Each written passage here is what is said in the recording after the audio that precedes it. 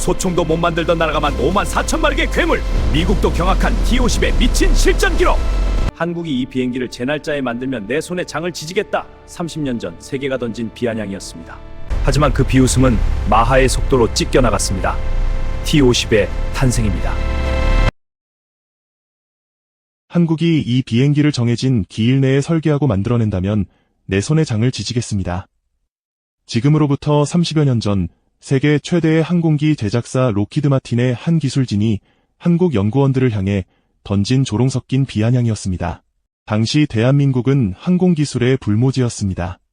경비행기 한 대 제대로 만들어 본 적 없는 나라가 감히 초음속 전투기를 독자 개발하겠다고 덤벼들었을 때 전 세계의 반응은 냉담을 넘어선 비웃음 그 자체였습니다. 하지만 그 조롱을 던졌던 이들은 미처 알지 못했습니다. 대한민국 연구진들이 로키드 마틴 직원들이 퇴근한 빈 사무실에 몰래 남아 어깨너머로 도면을 훔쳐보며 밤을 지새우고 있었다는 사실을 말입니다. 1950년대 폐허 속에서 부하로라는 이름의 작은 프로펠러기를 만들며 뿌렸던 그 눈물겨운 씨앗이 반세기 만에 초음속의 거대한 날개가 되어 비상을 준비하고 있었습니다. T-50 골든이글. 이 이름은 단순한 고등훈련기의 명칭이 아닙니다. 대한민국이 하늘의 주권을 남의 손에서 되찾아오기 위해 치러야 했던 처절한 독립전쟁의 기록입니다. 당시 우리나라는 전투기 정비와 부품 생산 수준에 머물러 있었습니다. 초음속 비행체의 체계 설계 능력은 그야말로 제로 상태였습니다. 그럼에도 우리 정부는 30년 후의 미래를 내다보고 무모해 보이는 도전을 시작했습니다. 그 과정은 결코 순탄치 않았습니다. 파트너로 참여한 로키드 마틴은 기술 지원을 약속했지만 실상은 철저한 갑과 을의 관계였습니다. 그들은 한국이 독자적인 기술력을 확보하는 것을 극도로 경계했습니다.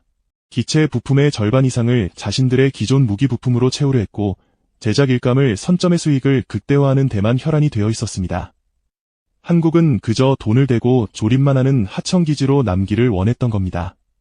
가장 치열했던 격전지는 바로 주익, 즉 비행기의 날개 제작 권한을 둘러싼 갈등이었습니다. 로키드 마틴은 기술 소유권을 방패 4만 날개 제작권을 독점하려 했습니다. 자신들이 만드는 날개 단가가 한국에서 만드는 것보다 훨씬 비쌌음에도 불구하고 그들은 기술 종속의 사슬을 꽉 쥐고 놓아주지 않았습니다. 이때 우리 공군과 한국항공우주 산업은 위대한 결단을 내립니다. 장기적인 기술 자립을 위해 1,300억 원이라는 막대한 예산을 추가로 투입하여 날개 제작 권한을 돈을 주고 다시 사온 것입니다. 당시 언론과 정치권에서는 이를 두고 예산 낭비라며 맹비난을 퍼부었습니다. 하지만 이 결단이 없었다면 대한민국은 영원히 초음속 기체의 핵심 구조물을 남의 손에 맡겨야 했을 겁니다. 1995년 사업 자체가 폐기될 뻔한 절체절명의 위기도 있었습니다.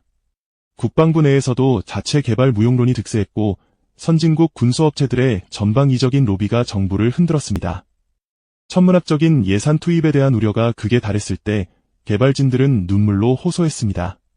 지금 초음속 기체를 우리 손으로 만들지 못하면 대한민국 항공산업은 영원히 후진국 수준을 벗어날 수 없다고 말입니다.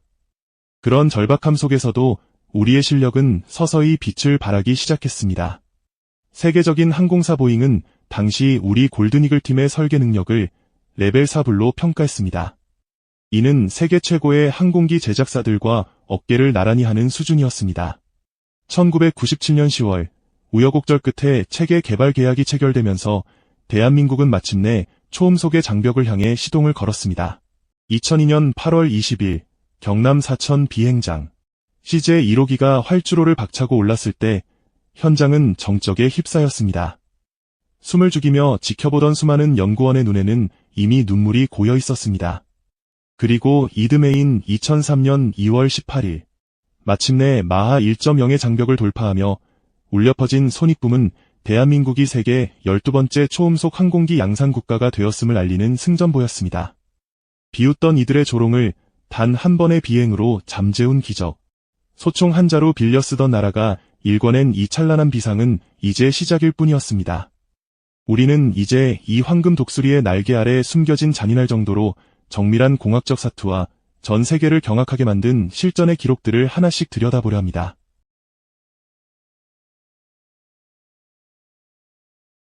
단순히 비행기를 잘 만드는 것을 넘어 하늘의 주권 그 자체를 사수하기 위해 바쳤던 우리 엔지니어들의 핏빛 어린 집념이 이제 공개됩니다. 항공공학의 세계에서 정밀함이란 단순히 정확한 수치를 맞추는 것이 아닙니다. 그것은 삶과 죽음의 경계이며 국가의 기술 자부심이 걸린 최전방의 싸움입니다. 마하 1.5, 즉 소리보다 1.5배 빠른 속도로 하늘을 가를 때 기체가 견뎌야 하는 공기 저항은 상상을 초월합니다. 태풍보다 45배나 강한 공기 압력이 비행기 전신을 짓누르기 때문입니다. 이 극한의 환경에서 단 2mm의 오차가 어떤 재앙을 불러오는지 여러분은 상상조차 하실 수 없을 겁니다. 1992년 우리 연구진은 설계 도중 절체절명의 위기에 직면했습니다. 전방, 중앙, 그리고 후방 동체를 나누어 설계하던 세 팀 사이에서 치명적인 오류가 발견된 것입니다. 각 부분의 중심축이 서로 2mm 어긋나 있었던 것이죠. 2mm, 볼펜 심 두께 정도의 이 미세한 차이가 초음속 비행 중인 기체에게는 공중분해를 알리는 사형 선고와도 같습니다. 음속을 돌파하는 순간 비대칭으로 형성된 거대한 충격파가 기체를 사정없이 뒤흔들게 됩니다. 조종간을 잡지도 않았는데 비행기가 스스로 회전하려 하고 기체 구조물에는 수톤의 압력이 쐐기처럼 박힙니다. 이 상태에서 무리한 기동을 하면 0.1초 만에 꼬리날개가 뜯겨나가며 비행기는 그 자리에서 가루가 되어 흩어지게 됩니다. 이것이 항공역학이 말하는 에어로 엘라스틱 플러터, 즉 파괴적인 진동의 공포입니다. 당시 우리 연구진은 10개월간 밤을 지새우며 만든 설계도를 통째로 폐기하기로 결정했습니다. 조금만 수정해서 쓰자는 유혹을 뿌리치고 0분에서부터 다시 시작하기로 한 것입니다. 미친 짓이다. 이미 늦었다는 비난이 쏟아졌지만 우리 엔지니어들은 단 1mm의 타협도 허용하지 않았습니다. 완벽한 축의 일치 없이는 대한민국 초음속의 미래도 없다고 믿었기 때문입니다. 이때 우리가 꺼내든 반전의 카드가 바로 카티아라 불리는 3차원 디지털 설계 시스템이었습니다. 종이 도면 시대의 종말을 고하고 35만 개의 부품을 가상 세계에서 100% 구현해낸 혁명이었습니다. 로키드 마틴 전문가들은 한국이 제때 설계를 끝내면 내 손에 장을 지지겠다며 비아냥거렸습니다. 하지만 우리 기술진은 한 사람이 한 달에 수십 장의 도면을 그려내는 경이로운 속도로 재설계를 마쳤습니다. 보통 4년이 걸리는 과정을 단 3년 만에 완수해낸 것입니다. 비웃던 미국 엔지니어들을 경악하게 만든 대한민국 설계 능력 레벨 4분의 위험은 그렇게 탄생했습니다. 그렇게 완성된 황금 독수리의 가슴 속에는 더욱 압도적인 심장이 박히게 되었습니다. T-50의 엔진이 내뿜는 에너지를 자동차로 비유하면 그 위력이 실감 나실 겁니다. 현존하는 최고의 슈퍼카라 불리는 1500마력의 부가티 시론을 떠올려 보십시오. T-50의 단일 엔진은 이 부가티 시론 36대가 동시에 풀엑셀을 밟는 것과 맞먹는 54,000마력의 에너지를 쏟아냅니다.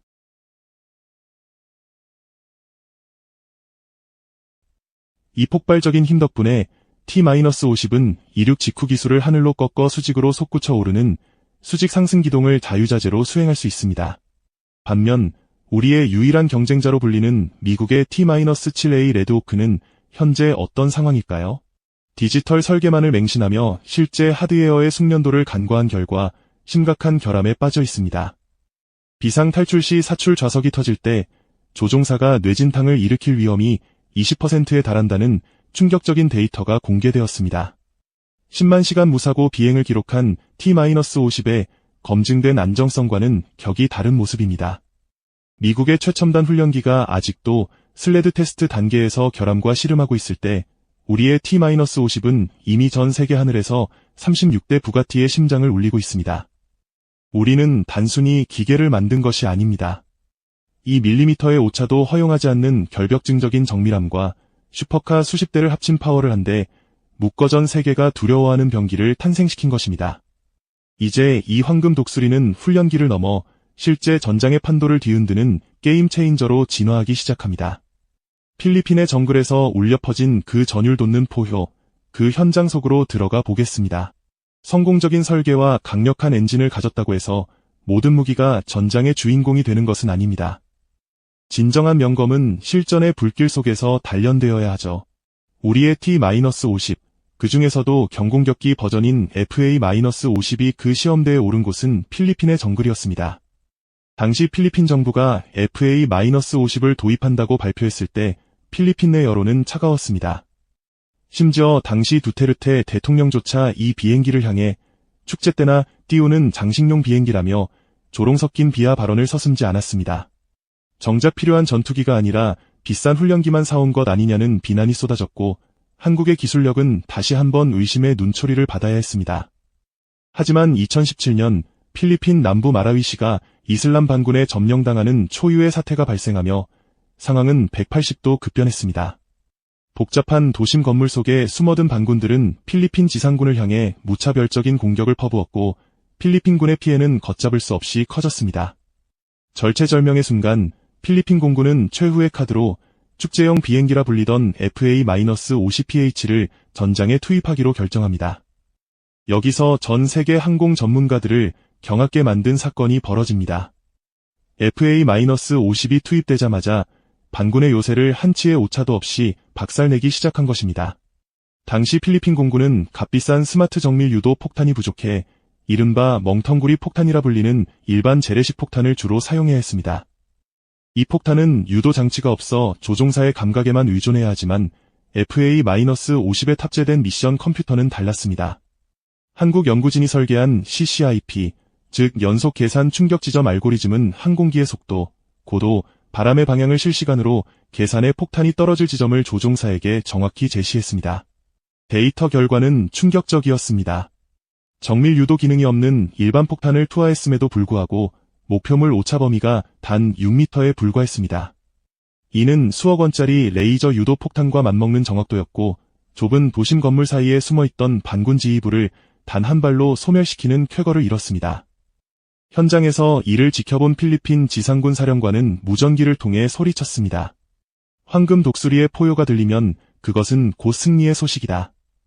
축제용 비행기라고 비웃던 두테르테 대통령은 작전 성공 보고를 받은 뒤 직접 공군기지를 찾아 FA-50을 쓰다듬으며 감사의 뜻을 표했습니다. 필리핀 총사령관 갈베즈 장군은 공식 석상에서 이렇게 말했습니다. FA-50은 마라위 전투의 판도를 바꾼 게임 체인저였다. 이 비행기가 없었다면 우리의 희생은 수십 배 더 컸을 것이다. 이 실전 기록은 전 세계 방산 시장에 엄청난 파장을 일으켰습니다. 훈련기 기반의 공격기는 약하다는 편견을 단숨에 박살낸 사건이었기 때문입니다.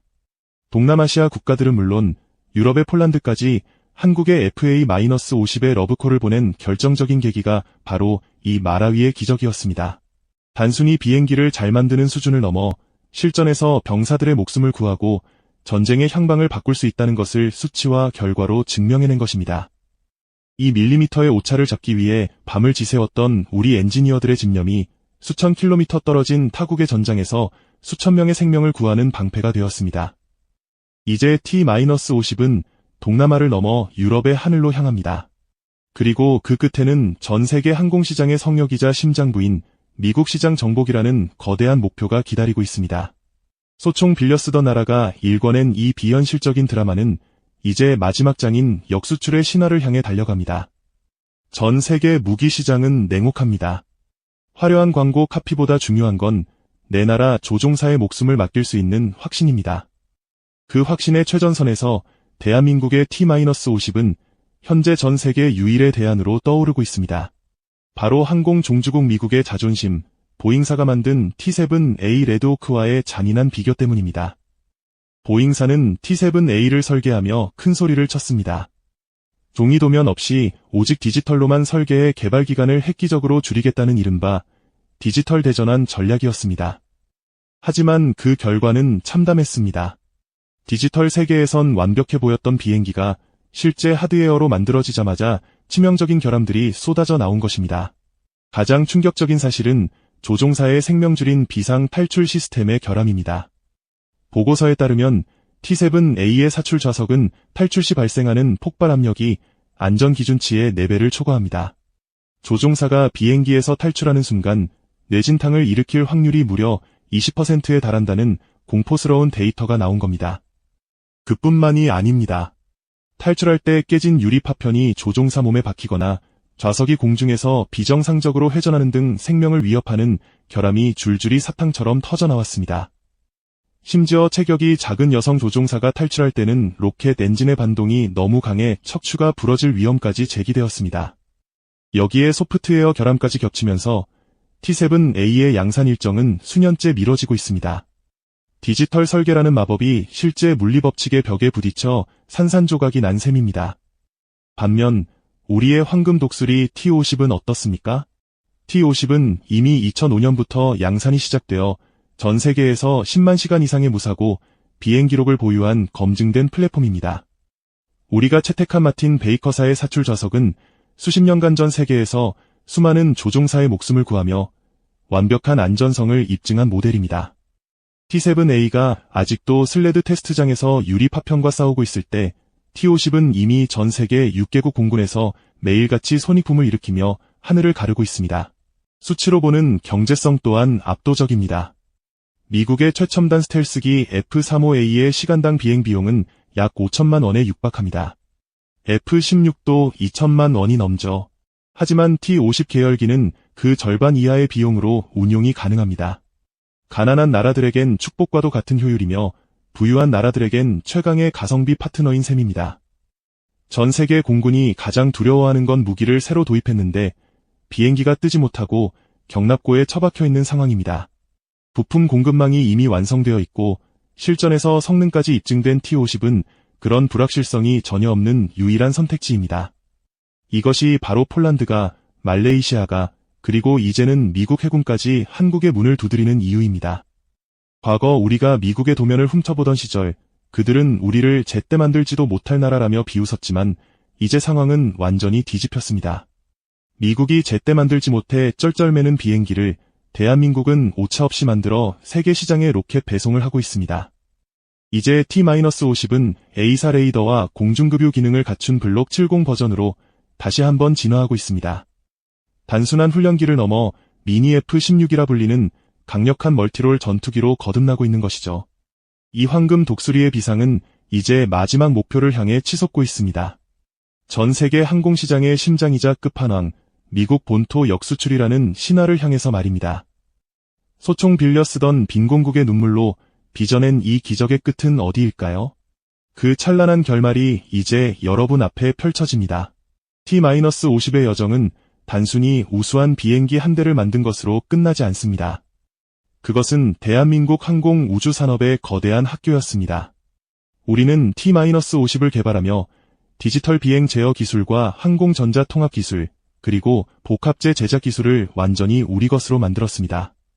이 피와 땀으로 일궈낸 기술적 자산은 현재 전 세계를 다시 한번 놀라게 하고 있는 한국형 전투기 KF-21 보라매의 든든한 밑거름이 되었습니다.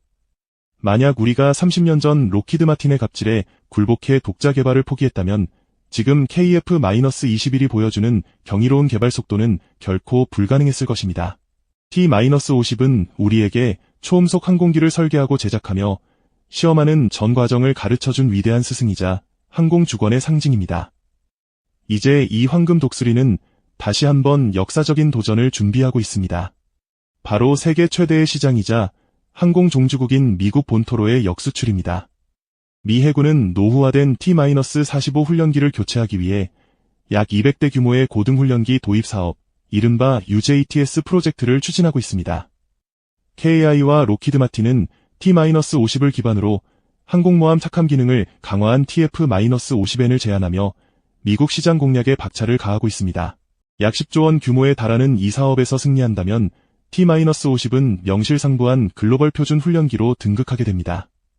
소총 한 자루 제 손으로 못 만들어 남의 나라 무기를 빌려 쓰던 빈공국이 이제는 세계 최강 미국의 전투기를 역수출하는 신화를 쓰기 직전까지 온 것입니다. 하지만 우리가 이 긴 여정을 통해 깨달아야 할 것은 화려한 수출 금액이나 화려한 기동만이 아닙니다. 그것은 바로 주권의 의미입니다. 내 나라의 하늘을 내 손으로 만든 비행기로 지킬 수 있다는 것, 그것이 주는 안보의 무게는 그 무엇과도 바꿀 수 없습니다. 우리는 T-50을 통해 기술의 식민지에서 벗어났고 이제는 다른 나라들이 스스로를 지킬 수 있도록 돕는 안보의 파트너로 거듭났습니다. 필리핀의 정글에서 울려 퍼진 포효부터 폴란드의 벌판을 가르는 손익품까지 T-50의 날개는 전 세계의 대한민국의 기술력과 진정성을 각인시키고 있습니다. 지금 이 순간에도 사천의 상공에서는 우리 엔지니어들의 집념이 담긴 엔진 소리가 끊이지 않고 울려 퍼지고 있습니다. 이 밀리미터의 오차를 잡기 위해 밤을 지새웠던 열정, 부가티 36대의 힘을 하나로 모은 기술, 그리고 실전에서 증명된 압도적인 신뢰. 이 모든 것이 어우러져 탄생한 T-50 골든이글은 이제 대한민국의 안보와 경제를 지탱하는 든든한 버팀목이자 미래를 향한 희망의 날개가 되었습니다. 소총도 못 만들던 나라가 일궈낸 이 비현실적인 기적은 이제 우리에게 묻고 있습니다. 우리는 이 기술의 축적을 넘어 어떤 인류 공동의 안보 미래를 설계할 것인가? 대한민국의 비상은 이제 멈추지 않을 것입니다. T-52연 항공주권의 길은 KF-21로 그리고 우주로 뻗어나가는 거대한 이정표가 될 것입니다. 세계를 놀라게 한 황금 독수리의 신화, 그 주인공은 바로 포기하지 않았던 우리 대한민국 모두입니다. 시청해주셔서